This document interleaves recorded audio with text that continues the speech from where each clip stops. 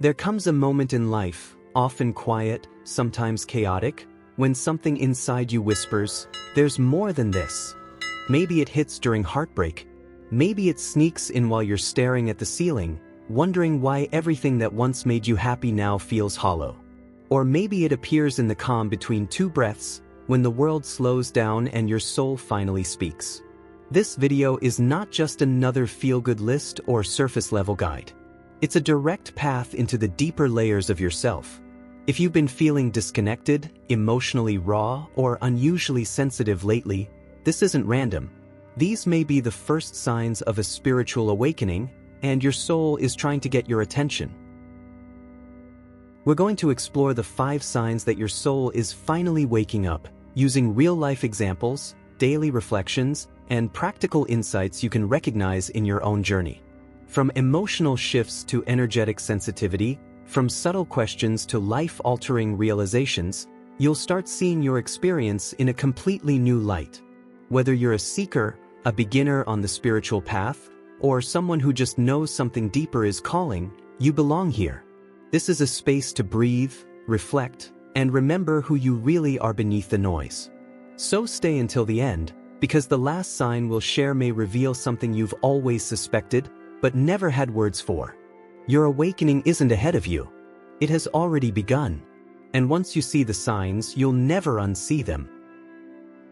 A spiritual awakening isn't a lightning strike or a flash of cosmic fireworks. It's often more subtle, like waking up from a deep sleep and realizing the world isn't what it seemed. Imagine someone driving the same route to work every day, lost in thought, barely noticing the trees, the sky, or their own breath. Then one morning, something shifts. Maybe it's a song on the radio. Maybe it's a sudden moment of silence. And suddenly, they're present, truly aware for the first time in years. That's the seed of awakening. It's the end of autopilot and the beginning of intentional living. For many, this awakening starts not with bliss, but with discomfort. A layoff, a breakup, or the death of a loved one can shatter the illusion of control and open the door to deeper questions. When someone asks themselves, "Is this really all there is?" they're not being pessimistic, they're being brave. That moment of doubt, of quiet desperation, is a doorway. And when they step through it, they're entering a world where meaning matters more than success, and connection outweighs control. This isn't about switching religions or following a guru. A true spiritual awakening transcends dogma and doctrine. It's the rediscovery of the soul that's been whispering all along. The person doesn't become someone new, they remember who they've always been underneath the conditioning. That reconnection begins when they drop the masks they wear to be liked or to fit in. It happens when they realize that chasing external validation has left them spiritually hungry. And it's through that hunger that transformation takes root. Physical symptoms often accompany this shift, especially in the early stages. People report fatigue, changes in sleep, vivid dreams, or even sensitivity to sound and light. Some think they're getting sick, when in fact, their nervous system is just recalibrating to a new frequency. They might feel restless in crowds or oddly peaceful when alone. These aren't random, they're messages from the body, signaling that the soul is taking the driver's seat. That's why so many report feeling different, as if something fundamental has changed, because it has. There's also a deep emotional undercurrent that flows through this experience. Someone might cry watching a sunrise or feel a wave of joy just by hearing a child laugh. That heightened emotional sensitivity isn't weakness, it's spiritual expansion. They're feeling more because they've stopped numbing. And in that openness, the divine can finally enter. When the old protective walls start crumbling, life rushes in. Everything becomes more vivid: music, colors, smells, memories. It's like seeing the world for the first time, with your soul's eyes. Think of spiritual awakening like tuning a radio. Most people have been listening to static for years, not knowing the dial was even there. Awakening is the moment they start turning the knob, catching fragments of a deeper truth. At first, it's just a word or a sentence that resonates. Over time, it becomes a song that aligns with their inner frequency. And soon, they're no longer tolerating noise, they're seeking harmony. This shift isn't something one masters overnight, but the very act of tuning in starts the journey of awakening consciousness. Awareness is just the beginning. It opens the door, but what lies ahead is the real transformation. Many begin to notice recurring numbers, dreams with messages, or feel drawn to certain books and teachings. They start researching terms like dark night of the soul, ego death, and spiritual transformation. That curiosity isn't random. It's the soul guiding them toward truth. And from here, the first signs of spiritual awakening start to show up, in places no one would expect. The early signs of a spiritual awakening often appear when someone least expects them. They might be doing something ordinary, brushing their teeth, taking a walk, or folding laundry, and suddenly feel an overwhelming sense that something's off. Not wrong, just off. What once felt fulfilling now feels hollow. Promotions, parties, possessions, they begin to lose their glow. It's like they've been chasing something shiny, only to discover it's just plastic. That inner emptiness isn't a crisis. It's a clue. A subtle invitation to begin a deeper spiritual journey. For some, this shift starts with questions that won't leave them alone. Why am I here? What's my purpose? Is this the life I truly want? These aren't signs of mental breakdown, they're signs of breakthrough. They show up when the soul begins knocking, softly at first, then louder. It's not uncommon to hear people say they feel like they're going crazy. But they're not. They're waking up, and the world they built while asleep no longer fits their awakened self. Emotional turbulence often comes next. Someone might cry without knowing why, or feel deeply moved by something as small as a child's drawing or the way sunlight filters through leaves. Old wounds resurface, not to torment them, but to finally be healed. This isn't regression, it's liberation. A spiritual awakening brings unresolved emotions to the surface because they've been buried too long. They demand attention not for drama, but for resolution. And when tears flow, they aren't weakness, they're sacred water, cleansing the soul. Another unmistakable sign is a sudden sensitivity to energy. Crowded malls become exhausting. Violent movies feel unbearable. Even certain friends or family members might drain them, and they can't explain why. Their intuition sharpens. They feel when someone's lying, or when a place carries strange energy. Nature becomes their refuge. A walk in the forest restores them more than any vacation. They may even begin to feel a connection to animals, the moon, or the stars. These aren't coincidences, they're signs of a consciousness awakening. Synchronicities become a frequent guest. Repeating numbers like 1111, strange dreams with recurring symbols, or overhearing a conversation that answers an unspoken question. These spiritual breadcrumbs show up when someone starts aligning with a deeper truth. The universe becomes a mirror, reflecting what the soul is trying to reveal. Suddenly, everything feels orchestrated. That song on the radio? It speaks directly to their heart. That stranger's words? A hidden message. Life stops being random. It starts becoming symbolic. One powerful everyday example comes from a woman who worked in finance. Every morning, she'd get her coffee from the same shop. One day, she noticed the barista looked sad and said, "Are you okay?" That single question sparked a conversation that opened both of their hearts. She later said, "It felt like I was meant to speak to him." That wasn't just kindness. That was spiritual awareness. She was beginning to see beyond roles and into souls. And that's one of the clearest signs of awakening, when human connection becomes sacred again.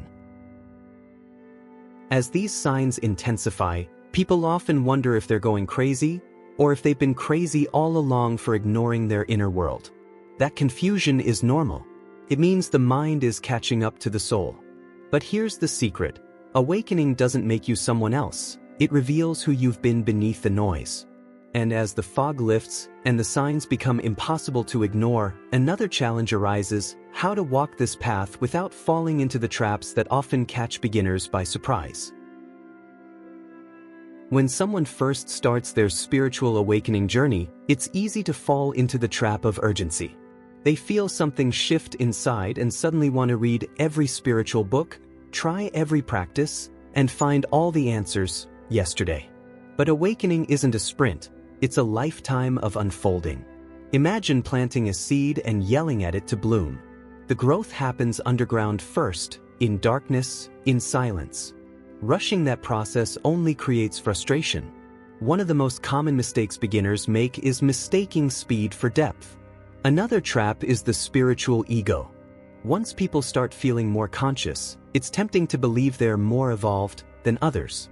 They quote sacred texts, talk about chakras, and roll their eyes at those still asleep. But this sense of superiority isn't a sign of progress. It's a sign that the ego has put on a new mask. A true spiritual transformation brings humility. It teaches that everyone is on their own sacred timeline. Even those who seem lost may be carrying deeper wisdom than they show.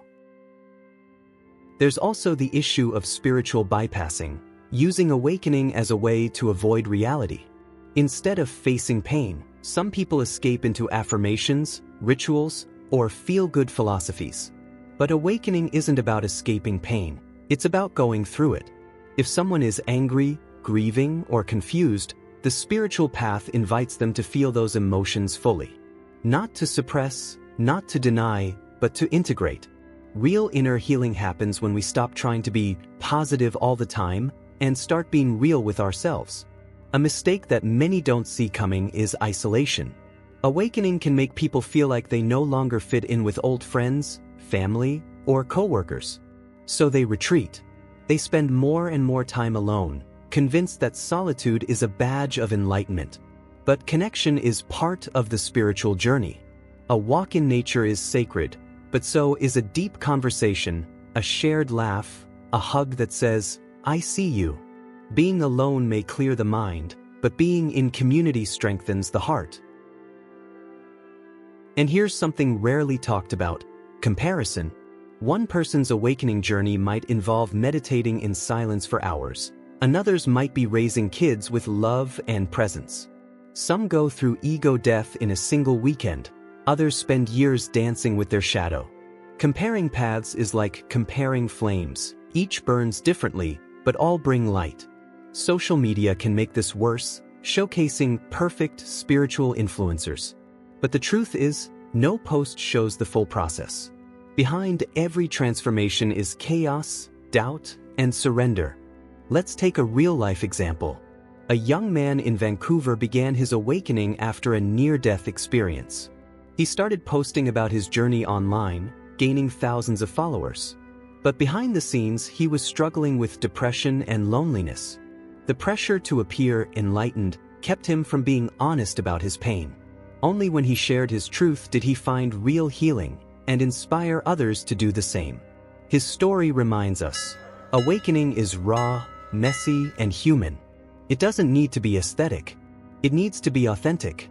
When someone understands these traps, they begin to walk the path with more grace. They stop chasing the next breakthrough and start honoring the present moment. They forgive themselves for falling into ego or for feeling lost. They learn that mistakes aren't failures, they're teachers. And as they ground themselves in truth, they become ready for the next step: how to actually nurture this awakening and turn it into a daily practice that fuels real spiritual growth. Spiritual awakening doesn't stop the moment you realize life is more than the material world. It only begins there. To keep growing, people need daily practices that ground them in that new awareness. One of the simplest yet most powerful tools is mindful breathing. Not the kind where you're checking your phone while taking deep breaths, but real, present inhaling. 5 minutes a day. Eyes closed. Just the breath. For a single mom in Toronto, that pause between packing lunches and logging into work became her sacred window. It didn't solve everything, but it anchored her when the storm came. Journaling is another underestimated ally. Many think it's just for writers or poets, but it's actually a mirror. When someone writes without filters, stream of consciousness, they allow the deeper parts of themselves to surface. Writing about dreams, irritations, desires, or even what they had for breakfast can spark clarity. A man in Denver started writing one line a day: "What do I need to hear right now?" Months later, he had a conversation with his soul across those pages. It's not about eloquence, it's about honesty. Then comes the input we consume. People often think awakening means reading only sacred scriptures or philosophical books. But it's more than that. It's about surrounding ourselves with high-frequency energy, music that lifts us, books that stretch us, movies that move us. And it's also about noticing what drains us. That gossip show, that angry podcast, that person who always leaves us feeling heavy. Spiritual transformation includes protecting your energy like it's gold. Because it is. Even changing the background music during your commute can shift your entire mood. Presence is the hidden doorway. Many think enlightenment is something distant or dramatic. But it's in the details. Washing dishes can become a prayer. Walking to the mailbox can be a meditation. Listening, truly listening, to someone can be more powerful than any mantra. A teacher in Michigan began practicing presence by watching her coffee brew each morning. No phone. No distraction. Just the bubbling, the scent, the warmth. She said it made her mornings sacred. That's the power of presence. It turns the ordinary into divine ritual. Creating actual rituals is what gives the soul rhythm. Lighting a candle before journaling.